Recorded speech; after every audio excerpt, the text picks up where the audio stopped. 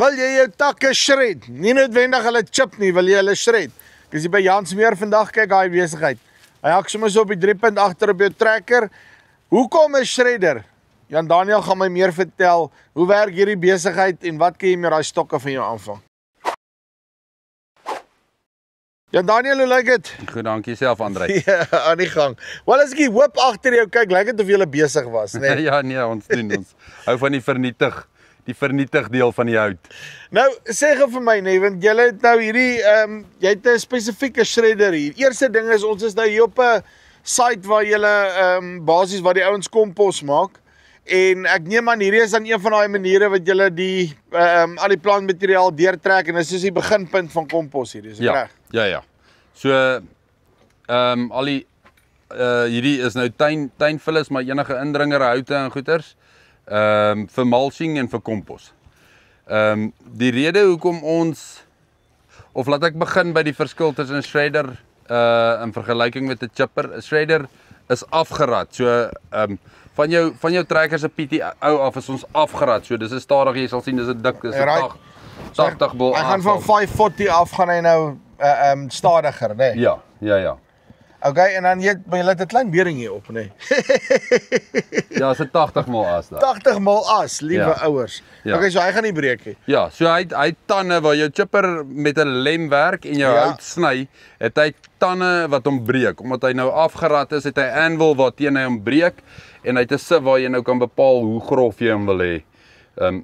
Jou sif aan die binnekant van die drom. En dan kan jy kan hom nou vervang ook, né? Nee? Ja, jy kan hom nou vervang met 'n fyner een as jy jou produk fyner soek en met 'n grower een as jy hom grower soek. Okay. So die groot voordeel met jou mulch van 'n shredder af is as jy nou kyk na hierdie, hy gee vir jou baie meer oppervlakte op die Ek hoor want hy trek hom half uitmekaar uit. Jy sit nie met daai blokkies besig. Hy het nie blokkie hout nie, hy rafel hom uitmekaar uit, so hy gee vir jou meer van 'n wollerige produk wat beter is vir waterhou vermoë en vinniger afbreek, beter suurstof hou en dan vinniger afbreek vir kompos. En ek neem ook aan, ek meen as jy hom net so in jou grond wil inwerk en so, dit help ook om daar actually vinniger af te breek. Koolstof in die grond te sit en weer eens in jou grond waterhou vermoë. Maar hoe werk hy op pekanneutakke? Pekanneutakke rafel hy baie mooi uit. Ek sal vir jou 'n foto gee wat jy daar kan wys. Asseblief. Pekannete rafel hy baie mooi uit. Al jou indringerhoute wat natuurlik die ander voordeel is omdat hy afgerad is en jou goed breek, is jy nie afhanklik van 'n skerp lem nie. Ja. So ons het ouens wat palette doen met die spykers en plaatjies en as 'n ou ontborsting doen is daar nou baie termietneste en van die goeters het nou in die grond gelê en goeters. So in die geval maak dit nie saak. En as ons nou niks met 'n lemstomp maak soos grond nie. Ja, nee, daai termietneste. Dit het ek op die kettingsaag geleer. Ja. As jy net so gaan sit in die grond as hy stomp, dan kan jy maar weet. Ja. So hierso omdat ons afgerad is en ons breek die produk, maak dit nie saak nie. Okay, nou net vinnig hier terug by die werking van hom, nee. Ek het nou hierdie feeder wat hier is, uit hierdie 2 hydraulic motors, is ek reg? Ja. Okay, maar hierdie besigheid, hy lê op gewig net hierso. So ja, hy lê met gewig bo-op, so hy hou jou boonste wiel hou hy op die hout. Ja. Hy knyp hom tussen die 2 wiele en die 2 druk hom dan nou in jou drom in wat tande het. En daai tande sny hom dan teen 'n anvil deur die sifie. As hy nie die eerste keer fyn genoeg is nie, dan sal hy hom bly sirkuleer tot hy reg is om deur die sif te gaan. En dan grootes op hulle? Ons doen nie een grootte. Ons het altyd 'n kleiner een gemaak, maar die prysverskil was van so 'n aard dat ons nie die kleiner is aanhou maak het nie. Maar hierdie een kan tot op 150 mil. Tak wat hy kan deurtrek. Ja.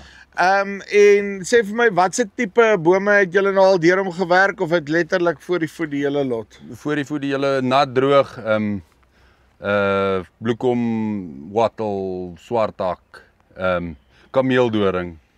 So jy kan jou sagte houte en jou harde hout, hy vra nie.